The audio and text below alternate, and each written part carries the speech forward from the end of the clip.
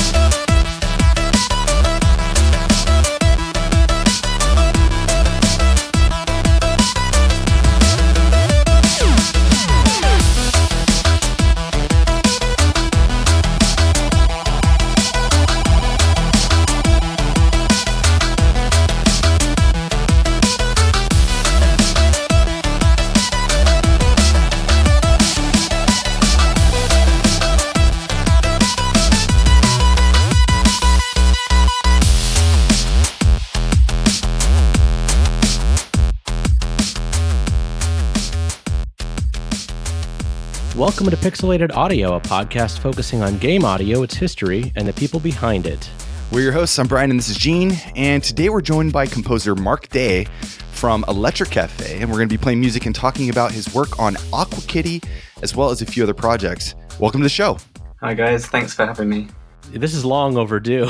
We've been wanting you on the show for years now, and we're glad that you're finally here. Yeah, I think I messaged Mark about 3 or 4 years ago, and we had planned on getting things going, and whatever happened just fell through the cracks. But I'm really excited that we're here today and able to talk about this kind of music that's just been keeping a place in the back of my mind for a very long time. So really excited. That track that we came in with was the title theme from Aqua Kitty, which we actually played way back in episode 20, March of 2015, because we loved it so much.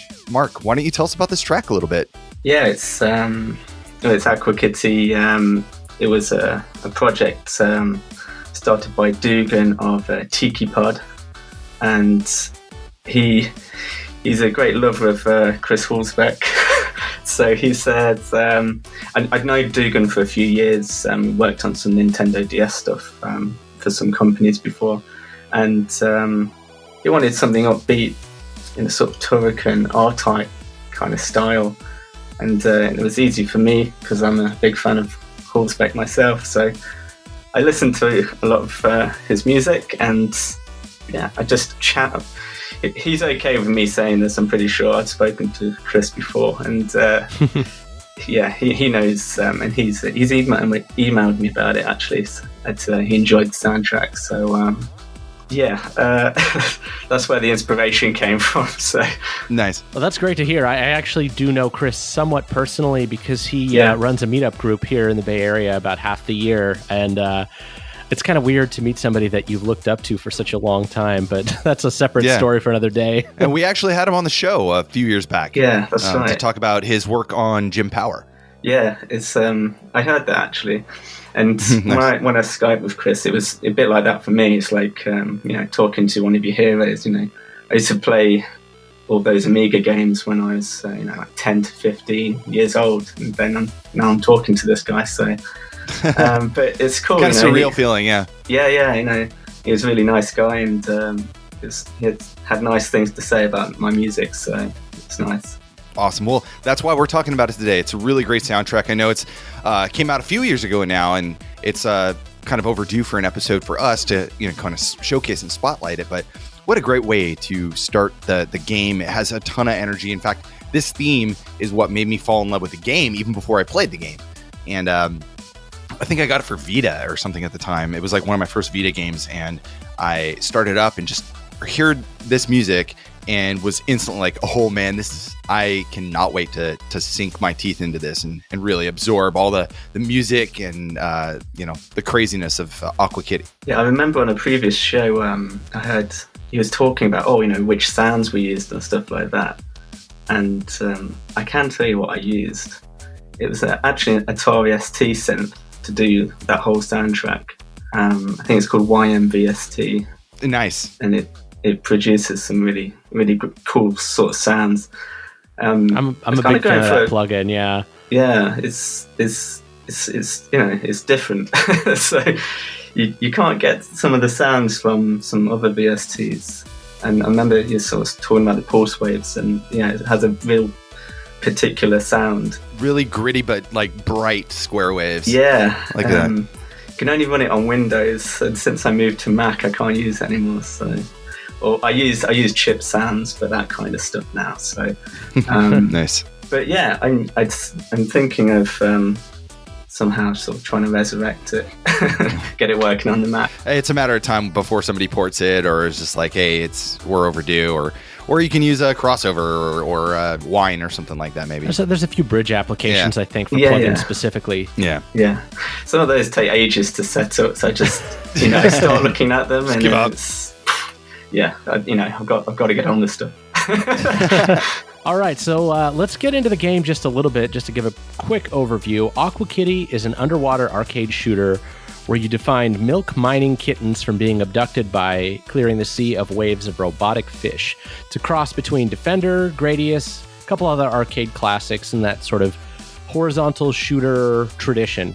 And it's actually, you mentioned that the game has been around for a few years. I actually just picked it up a few years ago, like maybe a year or so ago. It still holds up really well. It's one of those classic arcade games that you can always pick it up and play it. It doesn't matter really how old it is. It doesn't really age because like it's got like high-res graphics, fantastic music, and runs on all the the latest stuff. So I mean, it's like if you released it this year, nobody would know that it was just that it was released 10 whatever years ago now, or however many 8 years ago or something like that. But let's quickly talk about Tikipod, because this is the company that developed it. Tikipod Limited is a UK-based independent game development company that started in 2009 by Dugan Jackson that Mark was mentioning earlier. Dugan has a background in game development, mostly in art and design, and has been in the industry since the late 90s doing art and graphics for other dev companies. We saw a bunch of stuff for some learning software and some stuff, I think EA games he had done some work on. But Dugan and his team bring decades of experience into making addictive arcade-style action games. And Tikipod also created games like Rock Boshers and Iron Cryptical. Both are challenging top-down arena games with 8-way directional firing, most similar to arcades like Robotron and Gauntlet and stuff like that. Tikipod has also assisted other developers over the years, including Curve Studio Stealth Inc., Jaw Games Gravity Crash and Gravity Crash Ultra, and OmniSystems Games Euphoria. Yeah, they've been pretty big in the indie scene. I've seen a lot of those names jumping around. So I actually have played all of their games except for Iron Cryptical, and they're really good. Had a lot of fun with them. Iron Cryptical looks really fun, actually. I was looking at that just like a few nights ago. So let's go ahead and get into another track before we ask Mark a few more questions here. This next one is called Buttermilk Bay, and we'll be right back.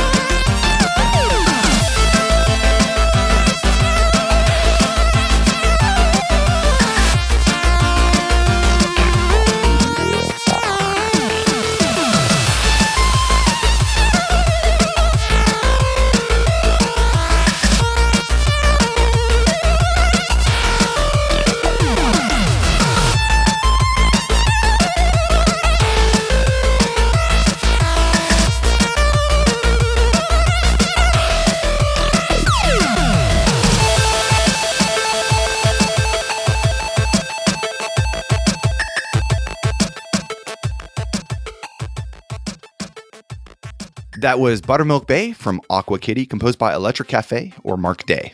This is a fun little tune. It's the tutorial area in the game, so it's a little bit more upbeat and eases you in. I really love this tune, but it sort of hides how hard this game really is. I've been playing it a lot over the last couple of days just to get ready for the show. A little too innocent. And it's sort of misleading because the game gets brutally hard later on, even on easy. Yeah, Mark, tell us about this track. Yeah, it's true. It does get hard, that game. The track is... I wanted it to be a bright opening, lots of energy, and make it feel like it's fun to play. There's definitely some Rob Hubbard inspiration in this one. So yeah, sort of solo section towards the end. But yeah, it's just one of those compositions. I just sat down, had a sort of mild idea of what I was going to do, and then 2 hours later, it's done. Wow! It's how the best tracks are done. So if I spend more than like 2 days on a track, I know it's not a good one. So you're reiterating over the thing and kind of beating it down. Yeah. We talked to other absolutely. We talked to other composers that had the same kind of thing. If you overthink it, then you start like working into something that was against your original idea, and that just turns into something that's just not worth doing at that point. So yeah, I mean, it's sort of, we are doing this sequel at the moment, and one of the hardest tracks to write was the Buttermilk Bay track for the new one, because everyone likes this track. So there's all this pressure all of a sudden. It's like, oh, I've got to write another quality, like a track of that quality, and I can't screw this up. You can't just sit down and do that. It's impossible. So yeah. Right. It's the expectations have been set. Yeah. It's the track that everyone talks about. It's this one. Right. Well, I love that little like scratchy, glitchy sound. That really reminds me of like the ZX Spectrum demo scene, or games and stuff from that system. That YM chip really comes through. Yeah. Yeah, I wanted to create that sort of chiptune percussion, a little rhythmic thing at the start, and it runs throughout in the background. And actually, that's what really gives it its energy. It's this funky little chip percussion. Awesome. So let's back up a second here. How did you get into composing? How did you get into music? I had an Amiga when my dad bought, I've got two brothers, and my dad bought an Amiga for Christmas, I think 1989. And I had an older brother. He's 6 years older, so his mates had come round and they'd bring all these, Pro Tracker and stuff around. And I think I was 10, just in awe of all this stuff they're doing. So I started tinkering with Pro Tracker and started remixing some of the tracks they'd been doing. Nice. And then presenting them back in a sort of Frankenstein state. And that was it really. Just I learned by writing mod music, and then got the action replay, and you can rip music from games and stuff and steal all their samples and make your own stuff from it. So yeah, that was how I got into sort of the beginnings of composition. I went to university to study composition properly and got a degree in that. But it's a funny thing going to university. I found it made me less free. I was more rigid once I'd finished university. So now I knew, certain things worked. Whereas before university, I used to be a lot more, I just throw anything in. And that's really interesting that you bring that up. I had the exact same experience. I actually had to unlearn some of those habits. Some of them are pretty good. I'll admit, some of the rigid practices can be helpful for structure, but sometimes you're like, why do I have to follow that rule? That it's the 21st century. Exactly. You made a really good point though, because we had a chat with Berlin-S, the team that did Grease. Grease, yeah, the team that did Grease, and they were saying the exact same thing. One of their main composers had no formal education in or background in composition, and had a lot more freedom with exploration and stuff with sound and composition. And then some of the more classically trained composers kind of brought him back in on certain things. So I could see kind of the best of both worlds there. Yeah, exactly. Yeah. So you mentioned you'd actually worked with Dugan a little bit, and I don't have the credits, but you said you worked on some DS projects together. Which ones were those? Worked on Operation Vietnam. That was sort of Cannon. Do you remember Cannon Fodder? It's a little bit like that. Oh, yes. Yeah. So, it's got a military soundtrack for that one. I do all the sound effects usually for these projects too. So, and then I think we did, I think it was Wonderworld Amusement Park for the Wii, which unfortunately it wasn't a great game. It sounds like a wonderful game. It's one of those multi, like the party games. But yeah, it wasn't a good game. It's the one that I wish I hadn't done, kind of thing. But the music was good in it.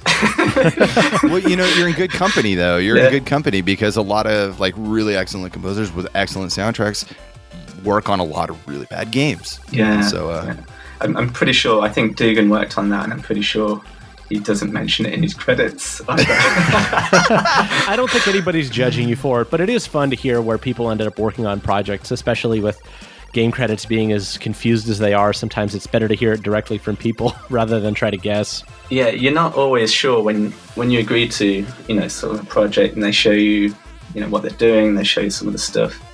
It's quite early on sometimes, so you sort of, that looks good, that's gonna be cool, but sometimes it doesn't pan out. So it's the ups and downs of composition in games.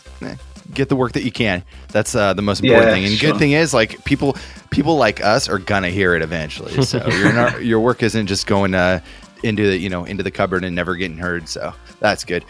Speaking of music, let's get into another track here. This is Creamy Cove, composed by Mark Day.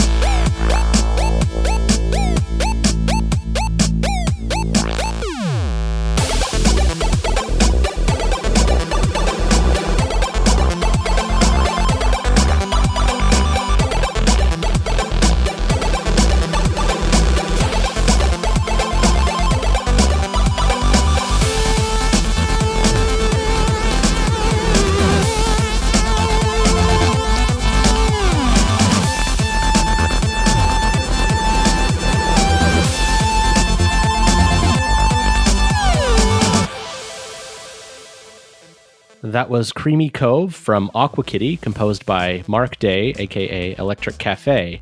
I love this track. This is so fun, and it's got a lot of energy. All the tracks have a lot of energy in this game, but it just has this really nice bounce to it that I really, really like. They do. This one reminds me a lot of another soundtrack from that era, Bionic Commando Rearmed. It's another favorite. It's got a very similar kind of energy to it.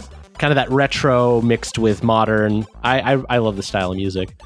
I know, and you can't go wrong without with ARPs, you know. Like, you just can't go wrong. Arpeggios, yeah.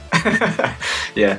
It's that was obviously a little bit from sort of Commodore 64 chiptune sort of stuff in there.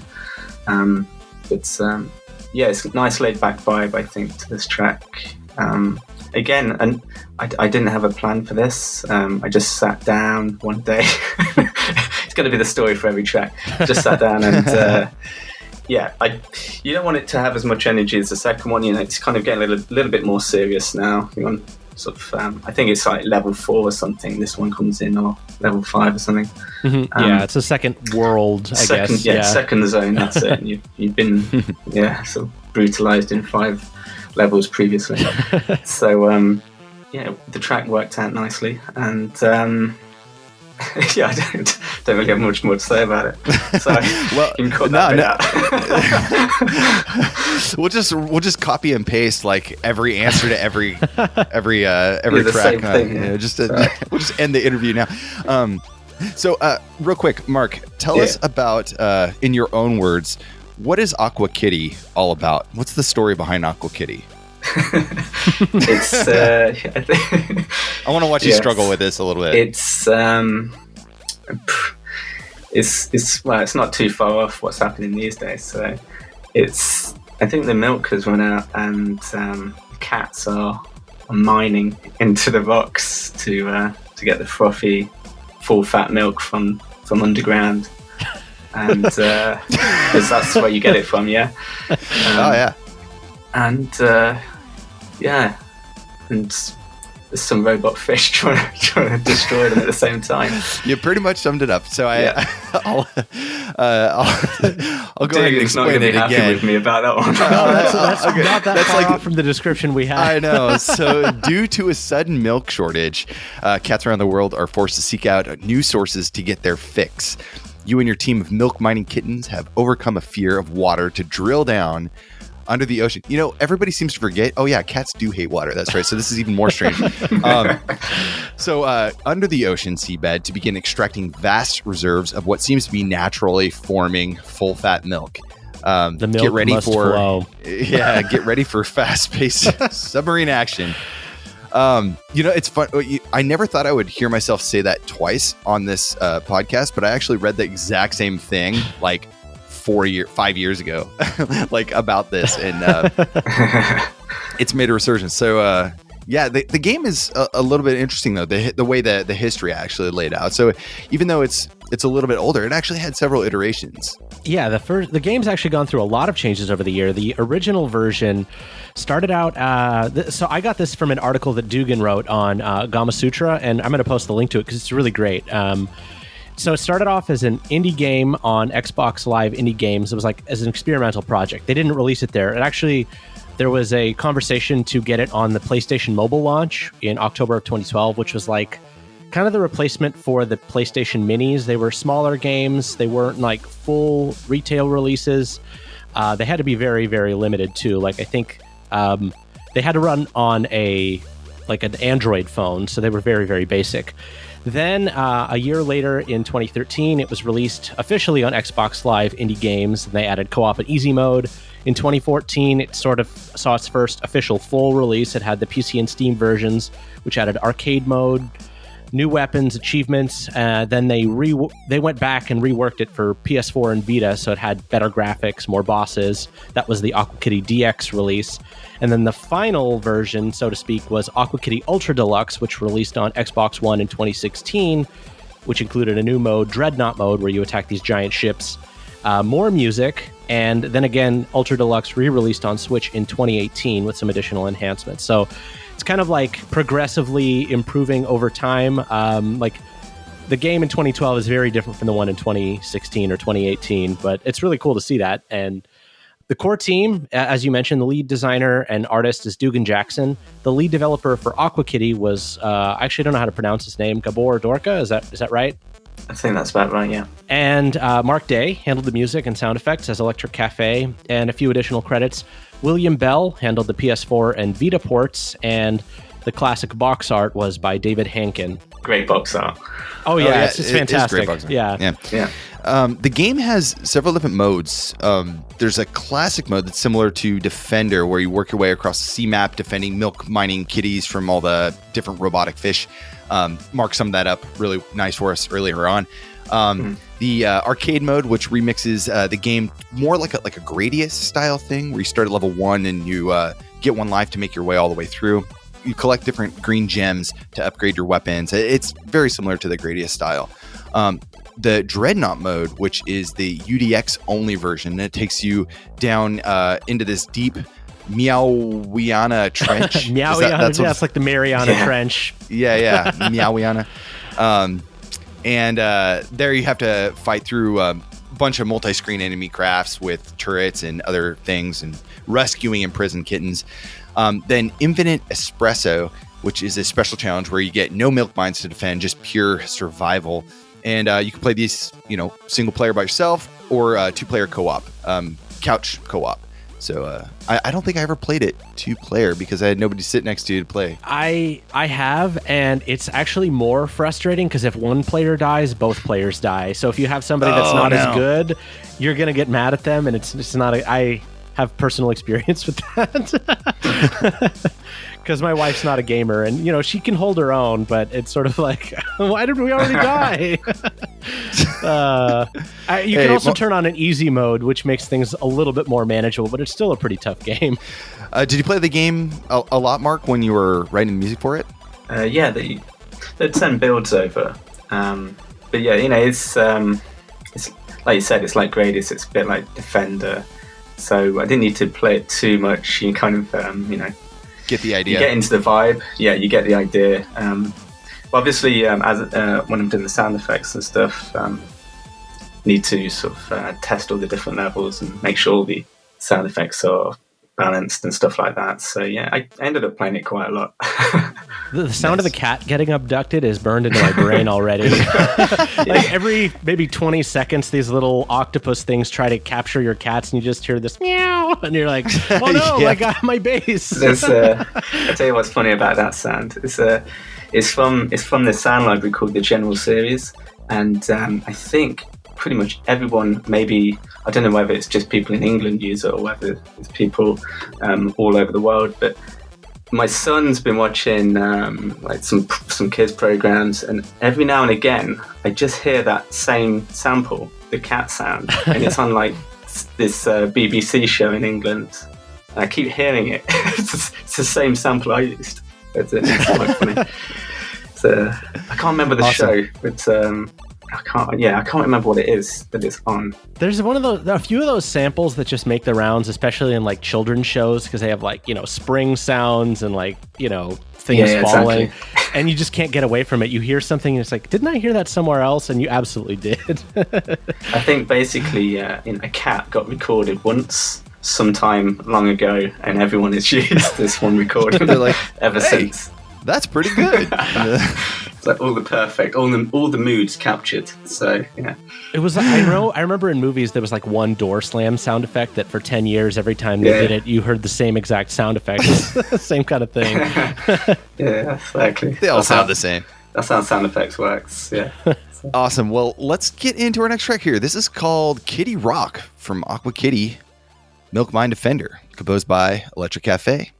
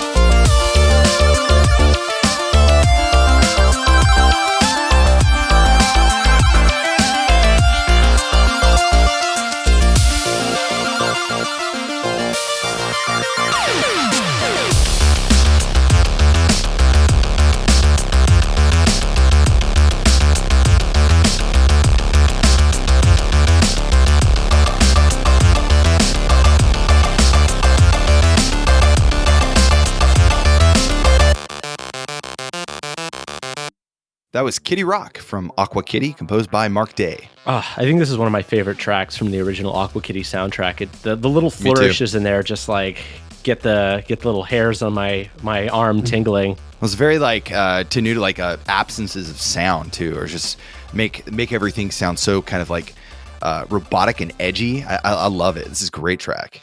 Mark, tell us your thoughts about it.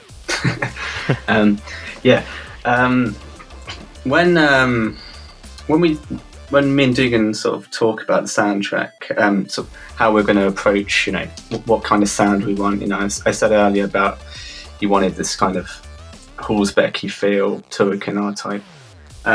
What I do then is I sort of go and listen to a lot of stuff, and in my iTunes or Spotify or whatever, I just collect loads of tracks and then start to order them. Here's track 1. I want it to be like these tracks.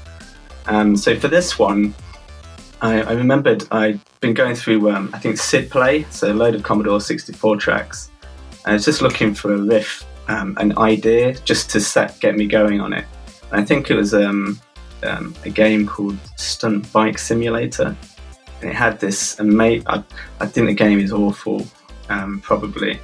But it had this music on it, and it had this opening riff. I didn't steal the riff or anything. But it gave me enough inspiration to write that kind of the opening riff on it, and it went from there basically. So once you have that the starting point for your track, just drop the percussion in, and then you've got the vibe, and you can write all the different parts, and that's how that track developed. It has this. I think basically we had the first 2 minutes for a long time.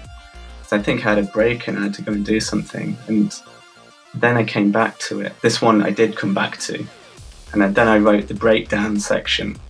I think a few months later, and it all worked out in the end, thankfully. But it has a sort of Decola-esque vibe on that one. Maybe I was listening to some Transformers or something at the time. Absolutely. It literally just came up in one of our previous episodes.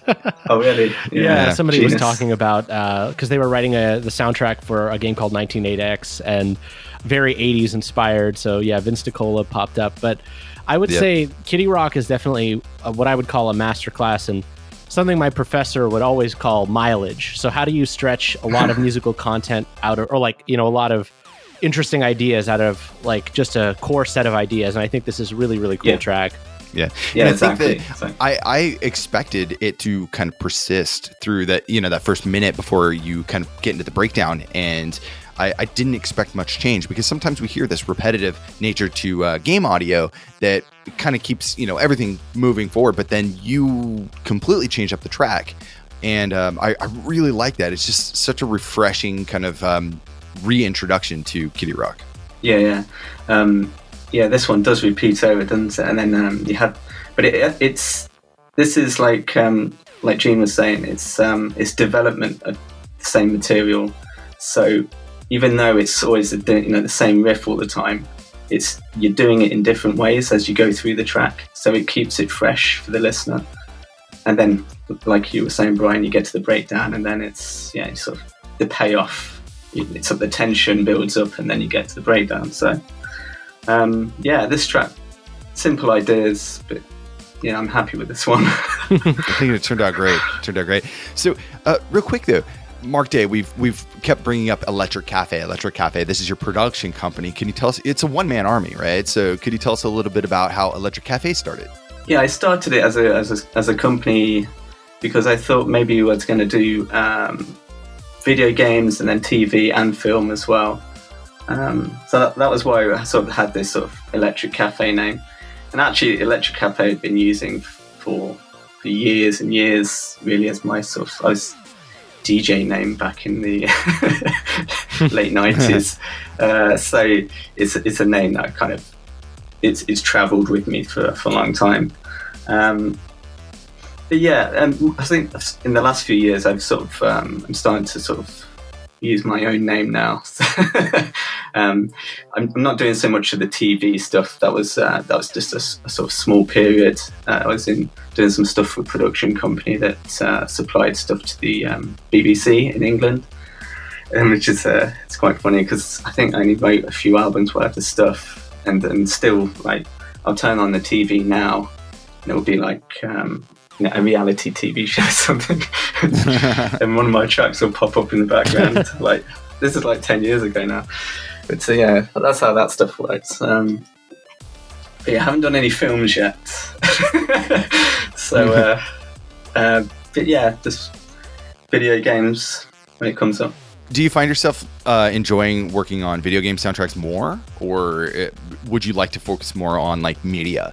Yeah, I much prefer video games. I mean, I'm doing a lot of programming these days anyway, which is why my video game music output is not so prolific as it has been. But yeah, I think video games is pretty much my life, so it's where I'm comfortable. I think we're in the same boat. Programming and doing music. So.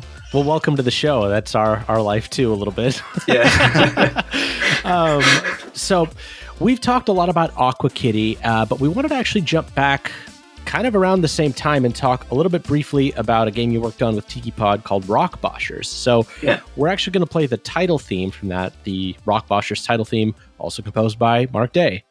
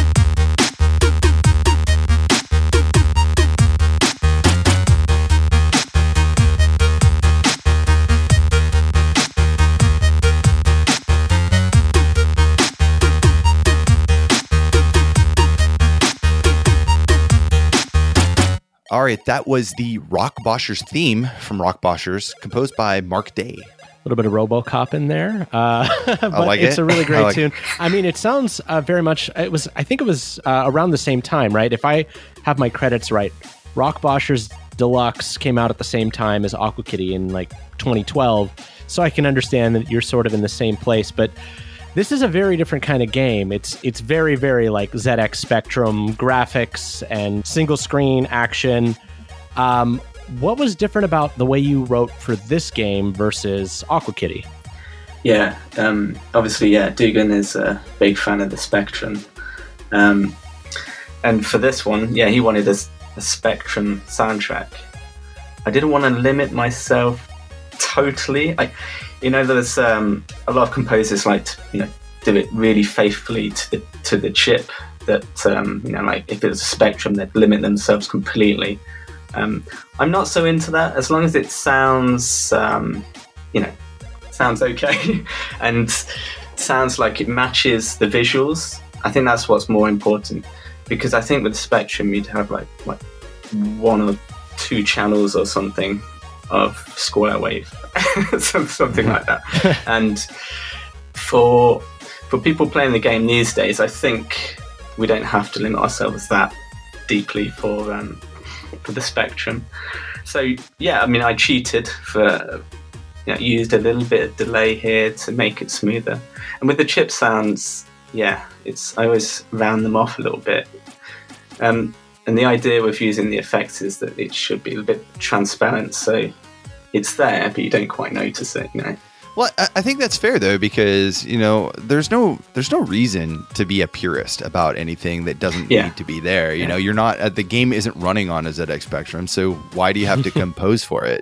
So I think taking the essence of the Spectrum, some of the best points of it, and then morphing it into your own thing is actually better than trying to recreate the exact same sound. So we're definitely not purists on this show. We like music of all different stripes. Shovel Knight is a fantastic example of one of those soundtracks you were talking about, but there's not too many out there that are of that caliber, so it's hard to kind of strictly limit yourself. So totally understand. Why not use modern production? Yeah, exactly. And like I say, as long as it, the job is to provide music that fits the visuals. So, that's the priority. And it's like you said, I think you mentioned RoboCop. I think Dugan did specifically say that he liked that tune. It's no secret. There's a little bit of that in there. Definitely the opening riff, but obviously the rest of the track is just sounds like I'm ripping off all these different artists. Hey, that's how the best musicians are made. But it's a little bit like sampling is, and also game designers. That's how they think as well. It's when I speak to game producers, they'll always say, I want it to sound like this, I want it to sound like that. So, and if you don't meet them halfway, they're not happy. So, but Dugan's always happy, but talking about some other producers maybe.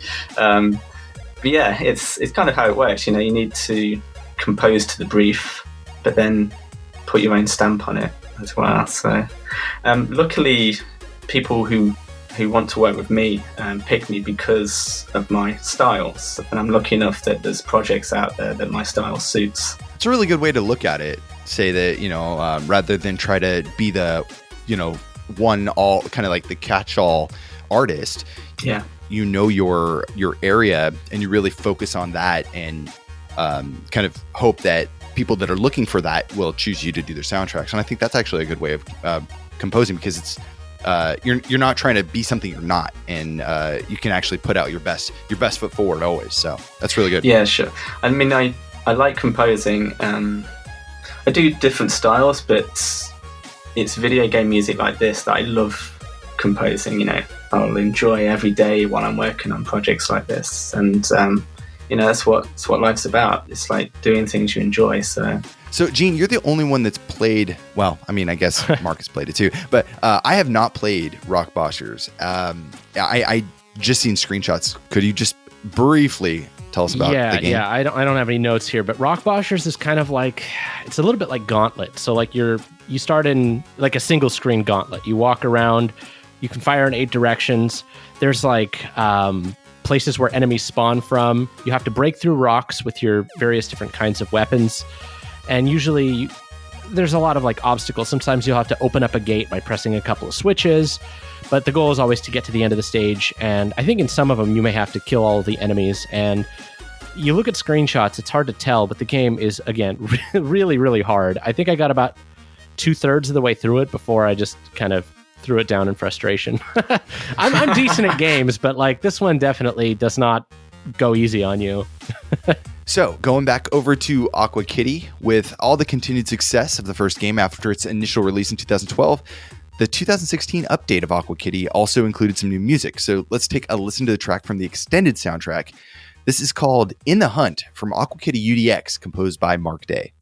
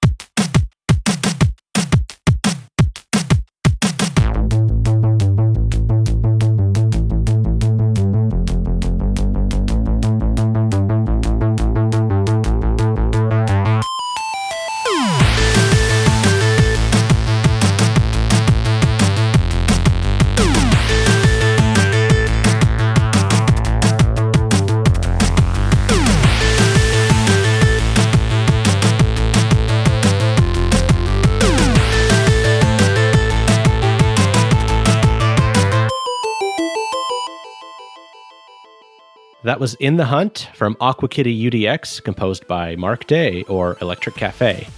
You know, I heard the first soundtrack and I thought, oh man, it can't get any better. And this Ultra Kitty Deluxe extended tracks are just so good. They really are just like, you kept the energy all the way through that first soundtrack, and then you just kind of built on top of it and created this. And I think there's only like 4 tracks in the extended soundtrack, but they're all powerhouses. This is really, I mean, it was hard to narrow it down to just one for the show.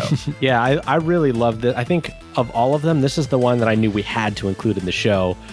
And I'm kind of curious, from your perspective, what was it like coming back to a game that now 4 years later was still successful enough for this new re-release, and Dugan's like, hey, we have new video game modes, we probably need some new music, can you come back and do some more for us?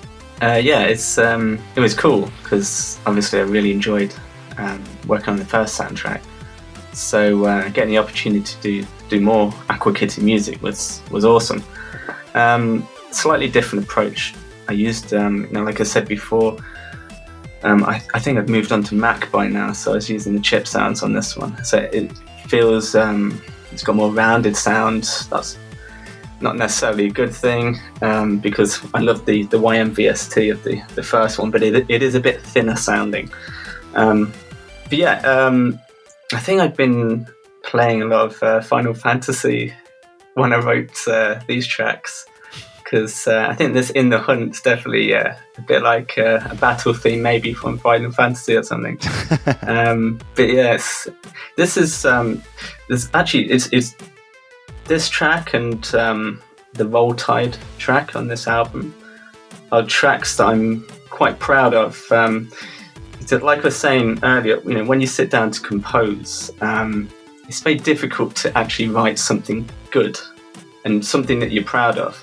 And quite often, it becomes formulaic, and you think, that's okay. It'll fit the brief, but it's nothing that's pushing the boundaries or anything. Whereas I think In the Hunt and especially Roll Tide, they're some of my better compositions in terms of musicality. I think I use a sort of different time signatures in Roll Tide that I haven't used before and stuff like that. So I'm finding myself talking about Roll Tide instead of In the Hunt. Sorry, that's okay. I mean, maybe that's we okay. should play. Do we need to play it? Play I think Roll let's Tide, just play yeah. it. Composed by Mark Day.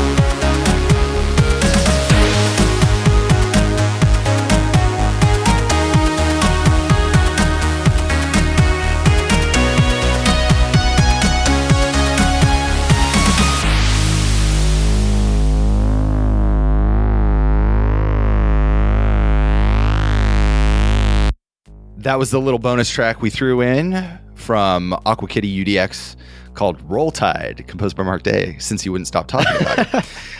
No, this is a great track. Like, honestly, we had this on the list and we were just like stressed about time. So we were thinking like, maybe we'll just pick one. But it's a great track. Super fun. You mentioned earlier that the tracks maybe are a little thinner. I actually don't think that's really, I don't know if you meant that necessarily in a negative way, but I feel like there's more of a, it's an evolved sound. And this track in particular is almost more synth-wavy. It has way more synth-wave in it, yeah. But I do especially love the raw energy of the original Aqua Kitty soundtrack. But you packed in a lot of great music in the Ultra Deluxe. Despite there only being 4 tracks, they're all really fantastic. Yeah, I think one of the things when I'm writing game music, I've got to be careful not to write music that sounds good on CD. I've got to remember it's video game music and it should fit the action. But I do fall into it sometimes, and I think Roll Tide maybe is one of those tracks that is a really good CD listening track. You'll have to ask Dugan whether he thinks it fits the game. Sorry, I'm coming off negative sometimes. I'm trying not to. We're definitely not editing of that out. So no, it's fine. It works. I'm picturing this. I think this plays during the Dreadnought mode, which everything is like darker, more sinister. I think the mood of the tracks definitely works really well in context. Yeah, I guess what I'm saying, I suppose I composed this track for myself more than the game. So, but there we are. If it makes you feel any better, Awesome. One thing so sometimes when I'm trying not to bother my wife too much, I'll have the game on like super quietly, and even still, you've mixed it in such a way that she'll be like, oh, I remember this one. I really like the music to this game. So even when I'm trying not to bother people, like they can pick up on it. So I have this music playing a lot in the background while I work and stuff, and people always ask me like, "What are you listening to?" Like, and I'll tell them it's from a game, and like, "No, really?" I'm like, "Oh yeah, it is." Mission accomplished. I think you did a great job. Yeah, CD quality, right there. So in 2018, you released an album. We wanted to bring this up, kind of a side project with Cody Carpenter, titled Shadow Spears Volume 1. And we're going to play a track from it here and talk a little bit more about the project. This is Victory Road from Shadow Spirits Volume 1, composed by Cody Carpenter and Mark Day.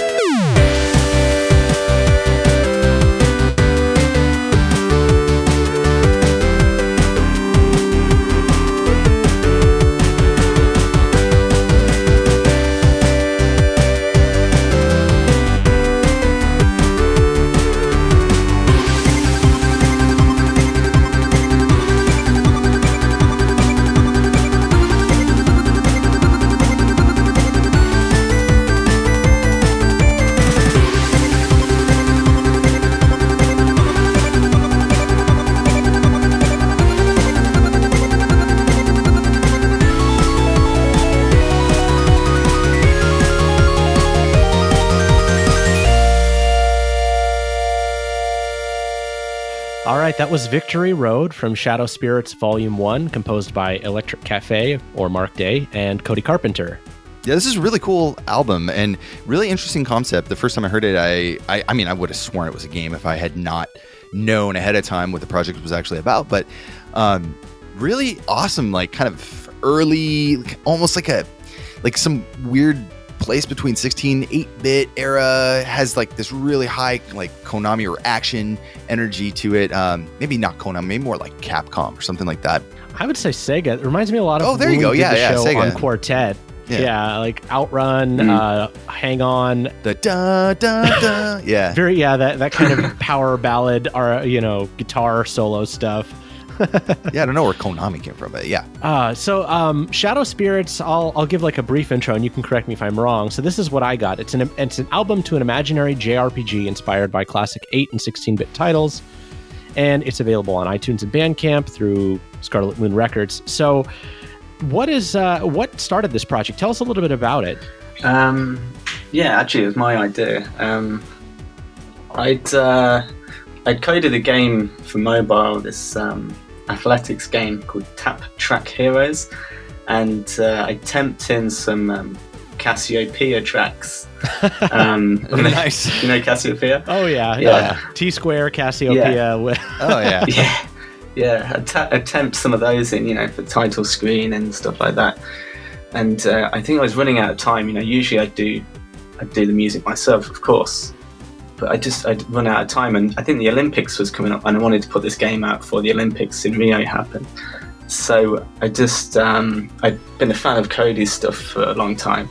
So I sent him an email and just asked him if I could use his music. So I identified 2 tracks that I needed, or I wanted to use from his stuff. And yeah, he was really cool about it, and he was really sort of geeked out to be on the game. So yeah, that's how we met, and so I used his music on that. And then he helped me to sort of test the game and stuff like that. He's really cool, and we sort of got talking after that about doing some music together, both being musicians. So I think we didn't have the concept for a start to do an album. We just said let's do one track, see how that works. So Cody would write some stuff and sort of send all the MIDI parts over, and I'd write some stuff, add it in, and then I do all the production afterwards. And that was generally the process for the compositions. And we had a few tracks, and we thought, oh, this is pretty easy, because I think we were doing the tracks in like a day or 2 each, and it was quite organic and it was just flowing. So we just went from there. We had these 4 tracks eventually, and then I sort of came up with the concept of doing a video game sound, a fake video game soundtrack, inspired by Japanese RPGs basically. Probably I've been playing Final Fantasy again during that period. So there's about a dozen songs on the album. So after those initial 4, did you just say, let's keep going with this? Is that kind of how it went? Yeah, so those 4 weren't written specifically for the album, but we knew that they could fit in. So I think we tweaked them slightly to sort of fit into a sort of storyline. And I had the idea of doing some preludes and stuff to try and make it feel like there's a progression from the start of the album to the end. Like you would in a video game. Oh man, what would be really cool is if you actually made this a game, and but like it would be complete reverse, right? You would start with the music and like a kind of a fake game idea, and then build a game around it. Wow, that would be quite the opposite of what most games are based on. So I'm still waiting for someone to come along to do that. I think it would be a big project. Dugan. Yeah, yeah, exactly. Dugan. So next one maybe. But yeah, that was the idea. Is we shared a love for RPG games, and I think Cody particularly liked. We both had Super Nintendos and played the RPGs like Chrono Trigger and stuff like that. So we had a shared love for Japanese prog rock and Japanese RPGs. Nice. And and that was where the concept for the album came from, really. So Yeah, it was really great working on that album. Like I said before, I've always been a fan of Cody's stuff, so I found it very easy to work with his. I mean, he's a brilliant musician. Musically, he's he's way beyond me. Right, well, the music talent in his family is quite strong. Yeah, right. He's if that wasn't clear, he is related to John Carpenter. That's his father. You know, the famous director and composer from 70s, 80s onwards. Yep.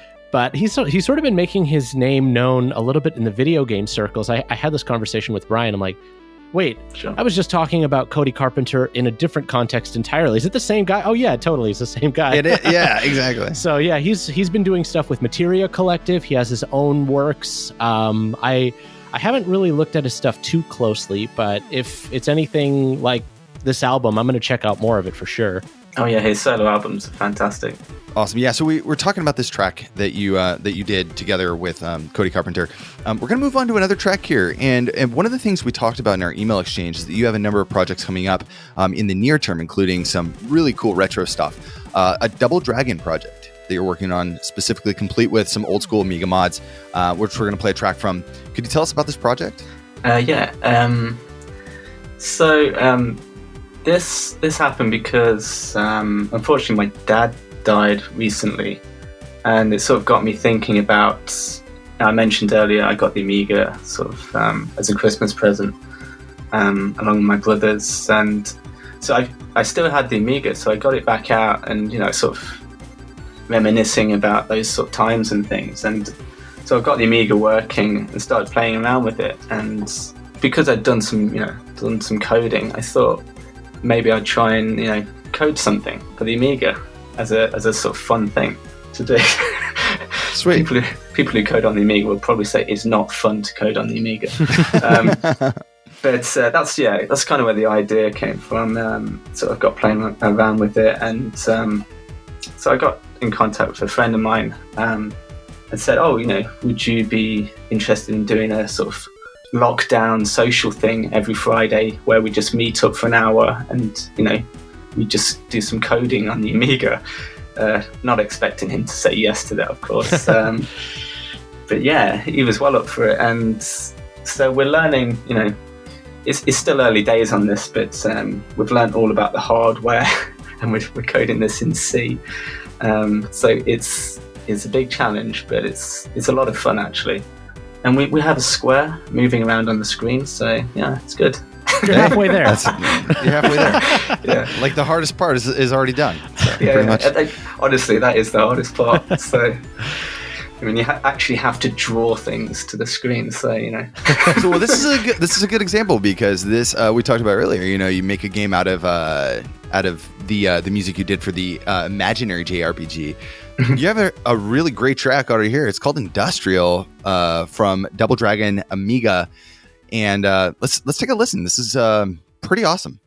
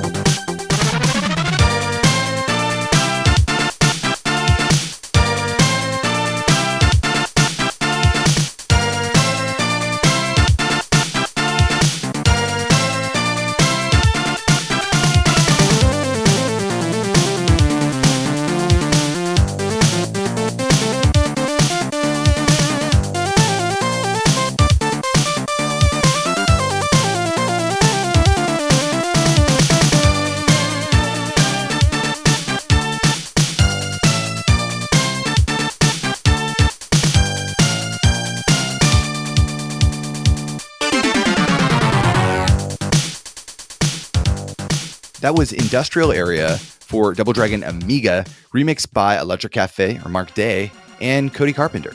That is a fun update of that track. I actually went back and listened to the Amiga Double Dragon soundtracks because I don't really remember what the music was like, and they're not great. But you actually did something kind of interesting. You sent us 2 tracks, and I think one of them's from the Double Dragon for the NES, and one of them was for the Double Dragon 2. So you're kind of remixing and grabbing from some of the best stuff, which not a bad approach, actually. I like that idea. Yeah, actually, I think the second track is from the Advance version, because I got a plan for this Amiga version to add like some additional levels, including the truck level. So yeah, that's going to have yeah, that's that one. Yeah. So that's a truck level. Sounded really like it. Thanks. I practiced that like all night. Yeah, so I've been put off now. Oh God, I can't we start doing this kind of stuff all the time. Don't worry about us. Yeah, I suppose it makes it fun, doesn't it? When it's, I'm sure someone will be entertained when they listen to this back. So we hope so. What was I saying? Something about the truck level from the advanced version of Double Dragon. And actually, it's going to be the first level I think that we code, because I think it'd probably be the easiest one, because when you do a truck level, it's basically just one you screen. Gotta be in the truck, right? Yeah. Yeah. Well, yeah. They're just on, and they're not moving really. You just move in the background, and it makes it look like they're moving. So it's going to be the easiest one. We don't have to do a massive tile map or anything, and have scrolling and stuff. We just have to move the background. So yeah, that's going to be the first level that we do, and we'll show that off once it's done, and then obviously we'll go into hiding for 5 years, and then say that we're still working on it. But no, honestly, this is a project of sort of passion, I think, and it's like my friend said, it'd be a good thing to sort of honor my dad as well by making something cool for the Amiga. For the Amiga community that's still out there. So yeah, it's it's kind of lived on a lot. I feel like of all of the computer systems out there, the Amiga has the most love. So contributing to it is definitely something I think a lot of people would approve of. Yeah, and I think Double Dragon, I don't think it really ever got a good home port. Because even the Mega Drive version, because I've been collecting a lot of games recently, and I was looking at the Mega Drive version, but it's just not there. I mean, the graphics are there, but the sound effects are not there. So, and Double Dragon was all about the crunch of, bone on bone. So, if you haven't got that, then yeah, we're hoping this will be like a good home port. I mean, I say that the NES version was fantastic. I think the Master System was okay as well, but the NES was a different game, wasn't it? Slightly different to the arcade. So yeah, very different from the arcade. Yeah, it's kind of RPG elements almost to it. So we're hoping this will be, like as close to the arcade as possible, but adding an Amiga sort of stamp on it at the same time with the music, and adding a few extra things from the Game Boy Advance version. And I'm taking a few little musical ideas from Jake Kaufman's Neon, Double Dragon Neon soundtrack as well. Yeah. Like some of his arrangements on those tracks, fantastic. So they were. I think I love that soundtrack. Yeah, the industrial version I did uses his use of brass. He used it really funky, his version. So I've kind of done an Amiga version of almost of his version. So it's gone a long way around to come to the Amiga. But yeah. Awesome. So you also mentioned that you have music in an upcoming game called Neopolis for PS4 and PC from developers Omni Systems, the creators of Euphoria. Could you tell us about this project before we get into the teaser trailer? Yeah, sure. That's kind of a kind of Syndicate Blade Runner-y thing. Do you know Syndicate? Of course. Yeah.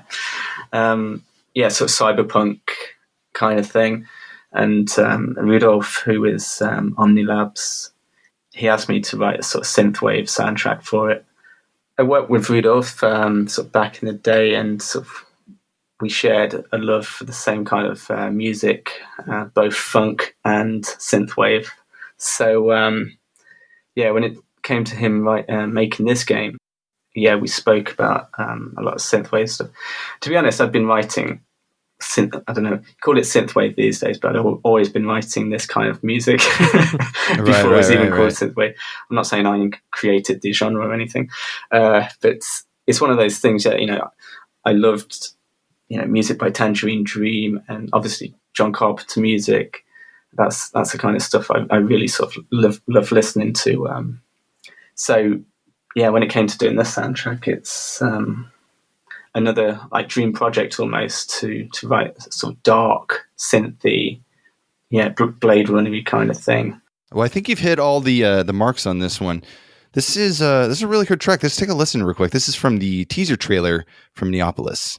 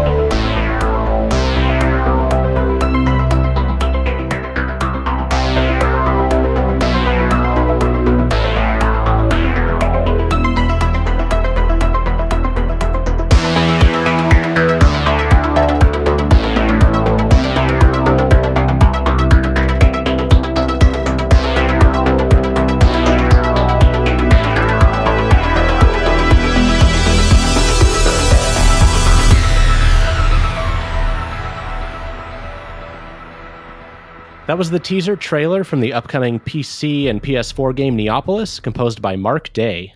I love this one. The first time I heard it, I immediately drew in a ton of different comparisons, but I think that what you really nailed here is just dark and gritty sound from like early 80s, like horror movies or suspense or maybe even TV shows. A little bit of, X-Files kind of feeling in there that I really like. I think that this has all of those kind of earmarks of horror, I guess, from the 80s. Since 80s retro is so in, I mean, put this front and center. You mentioned you haven't worked on a film yet. I'm sure there's people out there that are looking for exactly this kind of thing. I just watched the film Mandy about a couple of years back. It's exactly this kind of thing. It's like an 80s retro throwback slasher-ish kind of film. This would fit perfectly in there. Yeah, I really enjoyed writing this whole soundtrack, and this track in particular came off really nicely. I got to use a lot of hardware synths. Very nice. On this soundtrack, like the Juno 106 and my beloved Yamaha DX7. I think, and I've sold it now, but I had a Prophet, Prophet something, I can't remember what it's called. But not Prophet 5, like the budget version of the Prophet 5. And you get some like awesome dirty sounds from it. So yeah, this soundtrack was written like with some like proper hardware stuff. I suppose it's more soundtracky kind of film style music on this one. And actually, the version you played is arranged for the trailer, but the in-game tracks are all set at tempos, so they mix into each other, and they have intros and outros. So when you're playing the game, sometimes I think some of the battles can be like 20 minutes to 30 minutes long.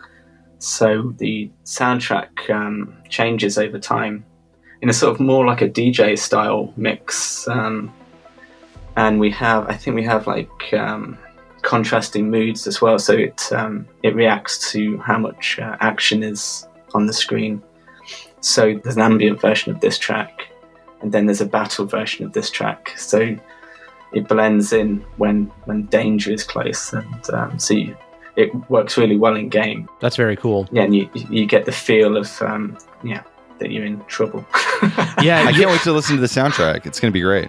One of the big changes that's made modern soundtracks a little bit harder for this show is that with all that dynamic music, sometimes if the composer doesn't cut a version specifically for the soundtrack, it's a little harder for us to either rip something or get something that works in a show. So we're glad you cut this for the trailer, but we're definitely excited to hear how the rest of the soundtrack turns out, for sure. Absolutely. Yeah, exactly. There isn't any... There's no definite versions of the other tracks, and they're kind of made to loop and stuff like that. So I think after the game is released, I'll do a soundtrack release for it. That's my plan, anyways. So we played, all the stuff from Aqua Kitty, Aqua Kitty UDX, Rock Boshers. Just played the Neopolis, Rock Boshers, Double Dragon, Neopolis trailer. Where can people find this music or purchase it? Yeah, you can find it all on my website, electriccafe.xyz, and it has a store section with links to whatever you want to use, like Spotify or iTunes and things like that. Bandcamp. Excellent. And I think the other one, the Spirits, is on Bandcamp as well, right? On Red, right. Scarlet Moon. Sorry, it's on Scarlet Moon Records. Yeah, Scarlet Moon. Oh, right. Awesome. Yeah, so we're getting close to the end of the show here, but we've got one last topic to discuss, and this is really exciting. In June, Dugan tweeted some images teasing something that looks a lot like a new Aqua Kitty game. Could you tell us about this project? Yeah, it doesn't have an official name yet. It's a sequel to Aqua Kitty. This one has more RPG elements and is looking a lot of fun. There's not much more I can say about it at the moment. I'm not sure if I get into trouble with Dugan. You can leave it right there, and that's fine. Yeah, we often have a lot of, what's coming next? Well, we can't talk about it. To me, actually, obviously I've sort of play tested it and things. To me, it feels a bit like a Echo the Dolphin kind of thing, where you're sort of exploring and going around solving puzzles and things like that. Oh, awesome. It's really, really cool stuff what they've done with the sort of graphics engine and things like that. I'm really impressed. Well, I'm really looking forward to it now. So I'm excited for the weird xenomorph fight at the end for no reason. Of the aliens level that was in every game in the 80s. Awesome. So today we covered Aqua Kitty. We talked about the other projects, along with some music from Cody Carpenter. Pretty much everything composed by Mark Day here. Awesome soundtrack that we've just been wanting to get on the show for a very long time. If you want to know more about the show, you can check us out on pixelatedaudio.com for our show notes and our track list. We can also be found on Twitter at Pixelated Audio and Discord. The link is on our website. Yeah, and if you want to leave comments for us, either on our website, on Facebook, on YouTube, anywhere that you find us, please leave us a comment, give us some feedback. If you have any suggestions, we've been getting a few more of those, which is great. We've got some great shows coming up in the near future, but we're always happy to hear from our fans. Whatever it is you got to say, we love to hear from people. Awesome. And if you're new to our podcast, make sure to check out some of our recent episodes. We just did a great series of episodes about 198X and Airport CEO, both with the audio production company Symphony. They're very different from each other, but both really great. And we just did a short show on Hover Racing, which is a kind of an odd indie game for the PlayStation 1, which is worth checking out. Right. And yeah, I think that's it for past episodes. And what can you tell us about this last track that's taken out the show, Mark? Yeah, sure. I had the pressure of trying to make a track that people liked as much as Buttermilk Bay on the first soundtrack. So yeah, this was again one of those tracks that I attempted it many times, this one in particular, and they're all bad. But I just sat down one day and just had this idea to use some steel drums, and then this track came out. So there we are. Awesome. Thank you so much for taking the time out of your day to come chat with us about your music. Really appreciate it. Yeah, thank you guys. It's been an honor. Yeah, it's been great having you on. So the track taking us out is from Stage 1. This is Aqua Kitty 2 or whatever Dugan plans on calling it. And thank you guys so much for listening. We'll see you back in a few weeks for the next episode.